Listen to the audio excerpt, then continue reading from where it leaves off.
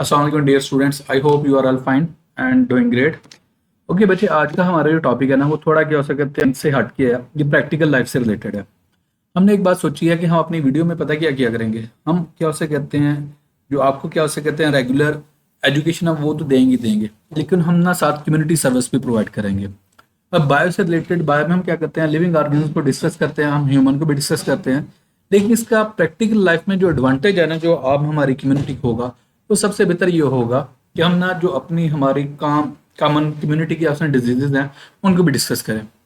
अब उनमें सबसे पहले एक आ जाती है हेपेटाइटिस। जब हेपेटाइटिस की बात करते हैं ना, हेपेटाइटिस का जो लफ्जी मतलब है ना, that is inflammation of liver, जिसमें जो लीवर है ना, आपके जो जिगर है, उसकी सोजिश हो जाती है। और अगर इसकी बात की जाए, हेपेटाइटिस जो है हमारी कम्युनिटी में बहुत ज़्यादा स्प्रेड है और पाकिस्तान में हर 8वें पर्सन को हेपेटाइटिस है। हेपेटाइटिस को हम साइलेंट किलर भी कह सकते हैं, क्योंकि इसकी जब स्टार्ट होता है वो बहुत साइलेंटली होता है। जैसे जैसे क्या उसमें डिजीज बढ़ती जाती है, इसके जो इफेक्ट्स हैं वो इंक्रीज होते जाते हैं। अच्छा, जब मैं डिजीज की बात करता हूँ ना, डिजीज से रिलेटेड मैं दो टर्म्स बोलता हूँ, एक है अक्यूट, एक है क्रोनिक। इन टर्म्स को मैं जस्टिफाई कर देता हूँ, फिर हेपेटाइटिस की डिटेल में जाऊंगा। जो अक्यूट चीज होती है ना, या अक्यूट डिजीज होती है, ये ऐसी डिजीज होती है जो क्या हो सकते हैं स्टार्ट में जिसकी सिम्टम्स क्या हो सकते हैं शो हो जाती हैं, इंसान बीमार हो जाता है काफी और पता चल जाता है। और जो कोई भी डिजीज जो अक्यूट है ना, वो इतनी जानलेवा नहीं है, वो इतनी डेंजरस नहीं है। लेकिन जो क्रोनिक है ना, क्रोनिक का क्या होता है, स्लोली प्रोग्रेसिव होती है। जैसे जैसे टाइम गुजरता जाता है, वो डिजीज आहिस्ता आहिस्ता स्प्रेड होती जाती है और वो साइलेंट क्लियर होती है। पहले सिम्टम्स इतनी क्लियर नहीं होती और कोई भी पेशेंट उसको फोकस नहीं। लेकिन जब तक वो सिम्टम्स ऑब्वियस होती हैं, क्लियर होती हैं, कोई भी इंसान है, उसका जो अंदर का सिस्टम है या उसका इम्यून सिस्टम है वो काफ़ी हद तक डैमेज हो चुका होता है और उसकी बॉडी काफ़ी हद तक अफेक्ट हो चुकी है। हम ऐसे किया करेंगे अपनी जो रेगुलर नॉर्मल रूटीन में, तो हम एजुकेशनल वीडियोस की अपलोड, हम क्या हो सकते कहते हैं, वो जो कोर्सेज आपको 9, 10 फर्स्ट ईयर सेकंड ईयर के डिस्कस कर रहे हैं वो तो करते जाएंगे, लेकिन हम ये भी किया करेंगे वीकली बेसिस पे एक डिजीज को हम डिस्कस किया करेंगे, ताकि आप अपनी सोसाइटी में अपने पेरेंट्स को, अपनी फैमिली को, अपने सिबलिंग्स को, या जो भी आपकी फैमिली मेंबर्स हैं उनको फोकस कर सकें। और इस हेपेटाइटिस को हम इसलिए डिस्कस कर रहे हैं क्योंकि मैंने पहले जिस तरह बताया कि पाकिस्तान में हर 8वीं हेपेटाइटिस हो रहा है। तो जितने आप क्या उसमें यूथ हो, आपको ये चाहिए अपने पेरेंट्स को कीनली ऑब्जर्व करो और उनका 6 मंथली चेकअप करवाते जाओ। खैर, हम हेपेटाइटिस को डिस्कस करते हैं। सबसे पहले मैं इसकी सिम्टम्स को डिस्कस करता हूँ। हेपेटाइटिस को जब मैं डिफाइन कर रहा था, मैंने क्या दिया था, इन्फ्लेमेशन ऑफ लीवर। इसमें क्या होता है, लीवर की क्या आ जाती है, सोजिश आ जाती है। जो इसकी सिम्टम्स की बात कर रहा हूँ, ये जनरल से सिम्टम्स हैं। सबसे पहले ये फटीक। फटीक इंग्लिश का वर्ड है जिसका मतलब, जिस पर्सन को हेपेटाइटिस होता है स्टार्ट में, उसको थकावट बहुत ज्यादा होती है, वो कोई भी काम थोड़ा सा करेगा उसको बहुत ज्यादा थकावट होगी। तो ये एक सिम्टम्स है। नेक्स्ट सिम्टम है abdominal pain. Abdominal pain mean पेट में दर्द होगी, ये भी फ्रीक्वेंट पेन रहेगी पेट में, तो ये भी एक सिम्टम है हेपेटाइटिस की। Next is the loss of appetite, भूख का मर जाना। जैसे जैसे टाइम गुजरता जाता है हेपेटाइटिस में, जो उसका पेशेंट होगा, जिसको ऐसे पता तो नहीं होगा, लेकिन ऐसा ऐसा क्या होगा, उसकी जो भूख है ना वो डिमिनिश होती जाएगी, वो खत्म होती जाएगी, लॉस ऑफ एपिटाइट हो जाएगी। Next is the nausea and vomiting. अब ये दो टर्म्स हैं। पहले ही है नोजिया। नोजिया को हम डिफाइन करते हैं फीलिंग ऑफ वोमिटिंग, में कि ऐसा फील होना है जैसे आपको वोमिटिंग आने लगी है। And next is the vomiting, जिसमें क्या हो सकता है, वोमिटिंग होती जाती है, ये भी एक सिम्टम है हेपेटाइटिस की। Next is the joint pain, आपकी जोड़ों में दर्द होगी। और जो सबसे ऑब्वियस क्या हो सकते कहते हैं हेपेटाइटिस की सिम्टम है, दैट इज जॉइंटिस। जॉइंटिस को जिसको हम जरकान कहते हैं। इसमें क्या होता है, जो आपकी आईज होती हैं, आईज को अगर गौर करो तो दो पार्ट होते हैं, एक सेंटर में मिड में ब्लैक वाला पोर्शन होता है और साइड्स पे क्या होता है, व्हाइट वाला पोर्शन होता है। जब ये व्हाइट वाला पोर्शन जेलो होना शुरू हो जाता है ना, दैट इज जाइंटिस, यरकान जिसे हम कहते हैं। ये भी एक सिम्टम है किसकी, हेपेटाइटिस की। और इसमें डार्क यूरिन, जो आपका पेशाब है वो भी क्या हो सकता है, डार्क होना शुरू हो जाता है। ये सिम्टम्स हैं जो हेपेटाइटिस की हैं, ये अलार्मिंग सिम्टम्स हैं। जैसे इनमें से कोई भी एक से दो आपको सिम्टम क्या हो सकते कहते हैं, आप देखो, you should consult the doctor. Next हम डिस्कस करते हैं।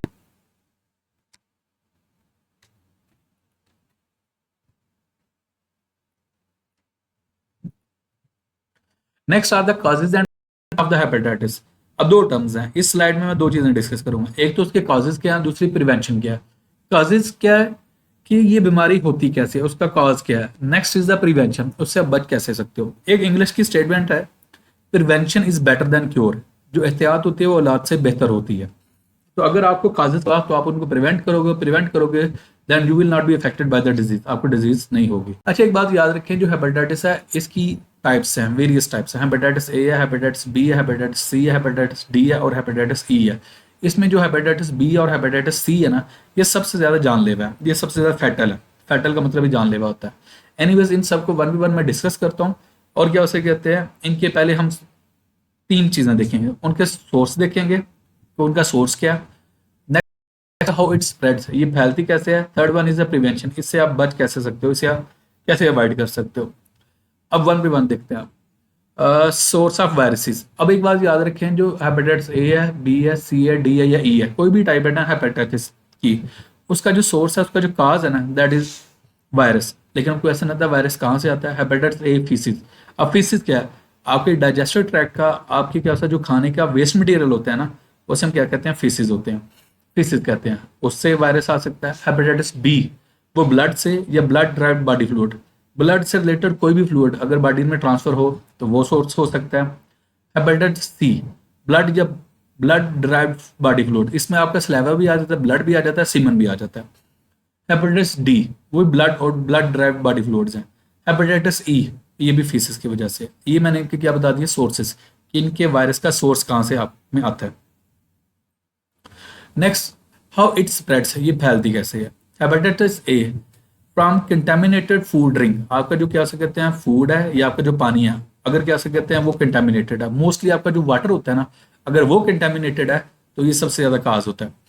हेपेटाइटिस बी, वो किस तरह होता है, कैसे स्प्रेड करता है, चाइल्ड बर्थ, क्या से कहते हैं बच्चे के पैदा होने पे, कंटेक्ट विद इन्फेक्टेड जो बॉडी फ्लूइड है उसके साथ कंटेक्ट आ जाए, या सेक्सुअल कंटेक्ट। हेपेटाइटिस सी, ये भी बी के तरह कंटेक्ट विद बॉडी फ्लूइड्स है, सेक्सुअल कंटेक्ट है। Hepatitis D, contact with body fluids only occurs when people who infect with hepatitis B। अच्छा एक बात याद रखिएगा यहाँ पे इंपॉर्टेंट बात, हेपेटाइटिस डी सिर्फ उन लोगों में होगा जिन लोगों में हेपेटाइटिस बी है, अदरवाइज ये हेपेटाइटिस डी एस एच नहीं होता। क्योंकि हेपेटाइटिस डी के वायरस को हेपेटाइटिस बी की रिक्वायरमेंट होती है अपने आप को फ्लोरिश करने के लिए, अपने आप को क्या हो कहते हैं फैलाने के लिए। जो ई है कंटेमिनेटेड फूड ड्रिंक, आपकी फूड या ड्रिंक कंटेमिनेटेड हो तो, ये तो मैंने आपको बता दिया कि ये वायरस स्प्रेड कैसे करता है। नेक्स्ट प्रिवेंशन, आप इससे प्रिवेंट कैसे कर सकते हो, कैसे आप इससे बच सकते हो। अब क्योंकि मैंने जो हेपेटाइटिस ए है उसका ये बताया था कि आपके जो कंटेमिनेटेड फूड हो या ड्रिंक हो, अगर वो कंटेमिनेटेड है फिर आपको ये स्प्रेड करेगा। तो इसका क्या प्रिवेंशन है, प्रैक्टिसिंग गुड हाइजीन, सफाई सुथराई का ख्याल रखें, वो नीट एंड क्लीन यूज करें, बाइल्ड वाटर यूज करें या अच्छे वाला पानी यूज करें, और फूड भी आपकी क्या कंटेमिनेटेड ना हो। नेक्स्ट इज द वैक्सीनेशन, आप वैक्सीनेशन करवा लें, ये भी बेस्ट क्या उसे कहते हैं प्रिवेंशन है। हेपेटाइटिस बी की बात कर रहा हूँ, इसमें मैंने जो बताया था कैसे स्प्रेड करता है, चाइल्ड बर्थ है या क्या उसे कहते हैं कंटेक्ट विद बॉडी फ्लूइड्स है। इसमें भी क्या है, प्रैक्टिसिंग गुड हाइजीन, सफाई सुथराई का ख्याल रखें, और क्या उसे कहते हैं वैक्सीनेशन है। हेपेटाइटिस सी, एक बात याद रखिएगा, आपने हाइजीन का ख्याल हर एक केस में रखना है। Practising good hygiene, avoid sharing need, आपने जो नीडल्स हैं जो एक यूज हुई है वो दोबारा यूज ना की जाए। टूथब्रश वगैरह आपने क्या कहते हैं, हर एक इंडिविजुअल टूथब्रश होना चाहिए, और शेवर, जिस ब्लेड से आप शेव वगैरह करते हैं उसको भी आपने सेपरेट रखना है। क्योंकि हेपेटाइटिस सी जो है ना, ये बॉडी फ्लूइड से इजीली क्या हो सकता है ट्रांसफर हो जाता है, तो इसलिए आपने हर वो चीज़ अवॉइड करनी है जो बॉडी फ्लूइड से लिंक्ड हो। टूथब्रश खास तौर पे, क्योंकि आपकी जो क्या से कहते हैं टूथ गम्स होते हैं, वहाँ पे समटाइम आपकी गम से ब्लड आ रहा होता है, अगर उस पर आ गया तो आपके टूथब्रश पे क्या हो सकता है ब्लड सैंपल। और एक और चीज़ याद रखें, हमारी आम सोसाइटी में घरों में पता क्या होता है, हमने क्या हो कहते हैं अपने वॉशरूम के अंदर एक ही पोर्शन रखा होता है जिसमें क्या हो कहते हैं हमारे 4-5 फैमिली मेंबर्स के जो टूथब्रश होते हैं वो इकट्ठे होते हैं। आपने सारे टूथब्रश अलग-अलग रखने हैं, प्लेस करने हैं, और ट्राई करनी है हर आपने वो टूथब्रश बाई करना है जिसकी कैप हो। एनीवेज नेक्स्ट चलते हैं, जो हेपेटाइटिस डी है, हेपेटाइटिस बी वैक्सीनेशन, आप वैक्सीनेशन करवाएं हेपेटाइटिस बी की, और वही avoid sharing needles, toothbrush and shavers, clear. और जब आप बात करें क्या उसे कहते हैं हेपेटाइटिस ई की, तो उसमें आपने क्या से कहते हैं जो हाइजीनिक कंडीशंस हैं उनको मेंटेन करना। हाइजीनिक कंडीशंस में क्या है, आप क्या क्या कहते हैं जो पानी है वो साफ होना चाहिए, आपकी खुराक साफ होनी चाहिए, क्लियर। नेक्स्ट, यहाँ तक मैंने आपको बता दिया, मैंने हेपेटाइटिस के सिम्टम्स डिस्कस कर ली, फिर मैंने आपको बता दिया प्रिवेंशन बता दी। आल्दो हम कहते तो हैं prevention is better than cure, आप प्रिवेंटिव मेजर्स को ऑप्ट करें तो आप बच सकते हैं। लेकिन अगर खुदा ना खास्ता किसी ना केस में आपको क्या हो गया, तो फिर आपका क्या इलाज है, इसकी ट्रीटमेंट भी है या नहीं। हाँ, इसकी ट्रीटमेंट है। इसकी ट्रीटमेंट के लिए डिफरेंट जो क्या से कहते हैं प्रिकॉशंस हैं वो ली जाते हैं, या डिफरेंट क्या से कहते हैं यू कैन से स्ट्रेटेजीज आप की जाती हैं। First one is the anti viral medications. अब वर्ड पे गौर करें, anti viral, anti mean against, viral virus से ड्राइव हुआ है। मीन आपने ऐसी मेडिकेशन यूज करनी है जो वायरस के अगेंस्ट हो। ये आप किसी भी डॉक्टर के पास जाएं वो आपको सजेस्ट कर देगा। और क्या उसे कहते हैं, इंटर मोस्टली यूज किए जाते हैं इस केस में। वो आप डॉक्टर के पास जाएंगे तो डॉक्टर आपको सजेस्ट कर देगा।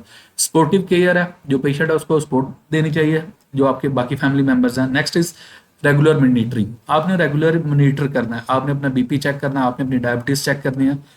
डे वाइज रूटीन में इसको आपने चेक करते जाना है। नेक्स्ट, अगर खुदा ना का लीवर बहुत ज्यादा डैमेज हो चुका है, then last case is the liver transplant. आपको लीवर ट्रांसप्लांट कराना पड़ेगा।